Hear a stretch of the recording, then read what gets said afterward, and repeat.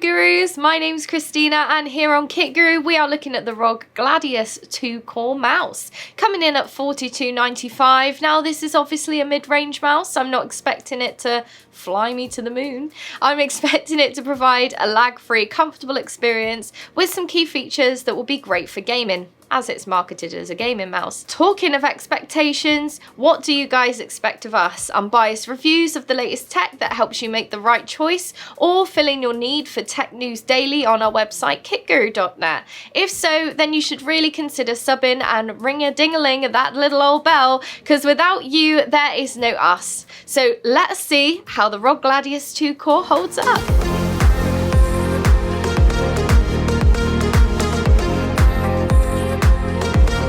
Starting off with the packaging, there's not really a lot to shout about. Cardboard box, plastic insert shell with the mouse in it, manual and the warranty card. A nice use of textures here over the body makes the whole thing look a little bit more premium. A slightly aggressive design with those angular edges on the top of the mouse makes this an unmistakable gaming mouse. The body of the mouse is most definitely created for right-handers. There is a flare out on the right hand side to accommodate your hand in this way.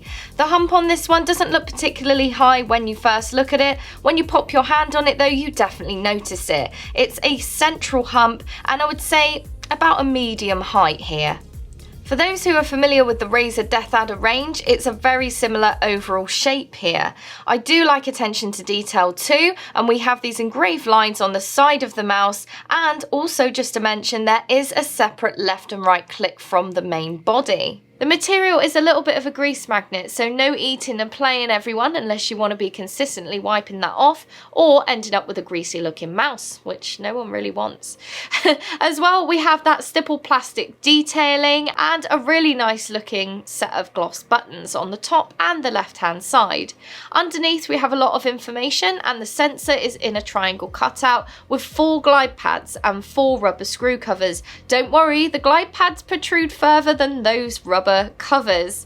The mouse wheel also has nice detail to let the RGB through and a textured wheel. We also have an RGB zone at the back of the mouse, which is the ROG logo. Upon plugging it in, the RGB does shine through really nicely. It's bright and gives an understated look to the device, which I know a lot of you like out there. When you move the mouse around, you can actually see the ROG logo in amongst all of that sort of stripy detail on the side of the mouse. It's really nice. I like little details like that. I have quite small hands and to me this mouse feels a little big for my hand. I think it is the width near the back end of the mouse that really feels a bit awkward for me. However, when my partner used it, he instantly said how comfortable it is. Don't get me wrong, he doesn't even have that bigger hands, but certainly I think this would be better for someone with slightly bigger hands than me, for instance. I also struggle to use the side buttons with my preferred position, which is fingertip grip, but if I move to palm or claw, it is a little easier. I do find that I lose control a little in these styles, so not ideal for me personally. Good news, there is no flex on the body. However, when you squeeze too hard, you can engage the side down button. So I guess that kind of counts as flex, but the rest of the body is quite integral. This would not happen in general use though, it only happens when you really try, but still not a good thing. The top edges of the mouse are a little sharp, same with the seam that runs down the side of the mouse. If you run your hand over it, you can certainly notice it. There's no rattle though, and it's completely silent, which is surprising considering how easy it is to get into this mouse. The buttons all give off a really satisfying click and they have a great amount of feedback too. The primary buttons feel almost like the Death Adder Mini in terms of click force. The switches in the Gladius II Core are Omron D2FCFK 50 million click lifespan switches. There is, however, a slight amount of pre and post travel on the left and right click. I would like to say though that this does not affect gaming and it's not distracting and there is no spongy feel. It is just something you notice if you really look for it. I personally prefer buttons like the Razer Basilisk that I use as my regular mouse, and they actually have the Razer mechanical mouse switches in those Razer Basilisk mouse there, and they have a slightly heavier click force and no pre-travel at all. The mouse wheel, however, is, I feel, a little loose on the resistance side for me, and would have been nice to see a resistance wheel underneath the mouse to change this. But again, let's remember this is a mid-range affordable mouse, so can we really complain? Well, yeah. But should we? Probably not. I'll let you decide. Here is a sound test for those buttons for you.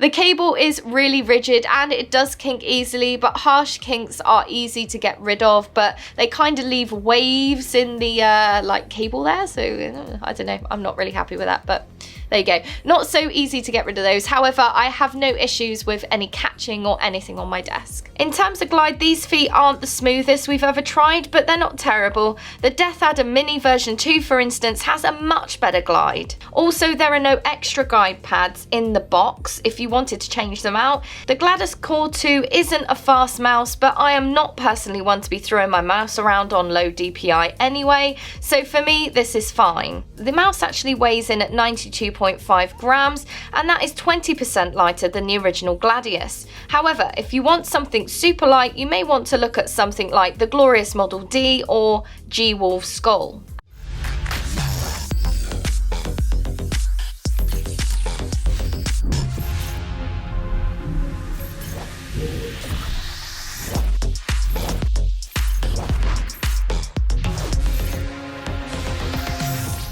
Okay, so let's look at what you're actually getting inside the Gladius II Core push-fit switch sockets, which are Omron D2FC FK 50 million click lifespan. This means you have the option to install the switch of your preferred operating force and feedback, and you can replace worn or broken switches to extend the lifespan of the mouse. My experience with taking this apart, putting it back together, changing the switches, really easy. You just take away the rubber bungs here that reveal the screws underneath, and you can just pop off these switches and they just click back in. It's so simple. It really is plug and play, and it was so easy to realign that shell. There was no fiddling around and sort of bending plastic or anything like that. It was very, very easy, and I would recommend it even for someone that isn't technically minded. Gaming grade PAW3327 optical sensor, which I've not actually used before, and while it may not be a high-end sensor like the PMW3389, it tracks up to 220 inches per second with a maximum DPI of 6200. We talk more about this in performance later in the review. USB only non-detachable cable, Aura Sync RGB lighting and Armoury 2 compatibility, and I'm going to start off by using the new Armoury Crate for the next example. So jumping on over to software, here you can see you have the buttons tab where you can change functionality of the buttons and rebind them to something like a media function, window shortcut, or just change the order of the buttons and functionalities. You cannot rebind the left click though, and it does not allow you to macro.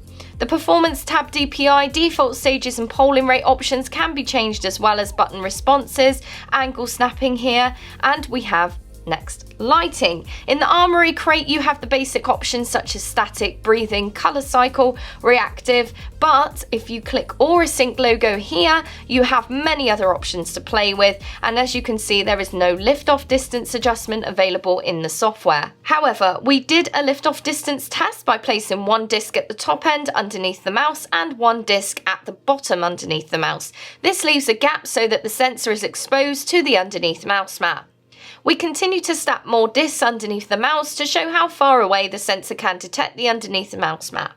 Turns out that there is a medium lift-off distance here, with just one disc worth of height being detectable by the sensor at At 2 discs height, the mouse sensor just stops reading. So is that enough for you? For me, it works fine, but if you like a low lift-off distance, then this may not be for you. So we have investigated like scientists and pondered like philosophers all about the ins and outs of this mouse, but what does it mean if it isn't great for gaming? So let's try it with Call of Duty Modern Warfare to put the Gladius II Core to the test. To be honest, this shocked me as I actually got on really well with the mouse gaming. I found there was no issues that I mentioned above, like the drag or the width hindering my gameplay.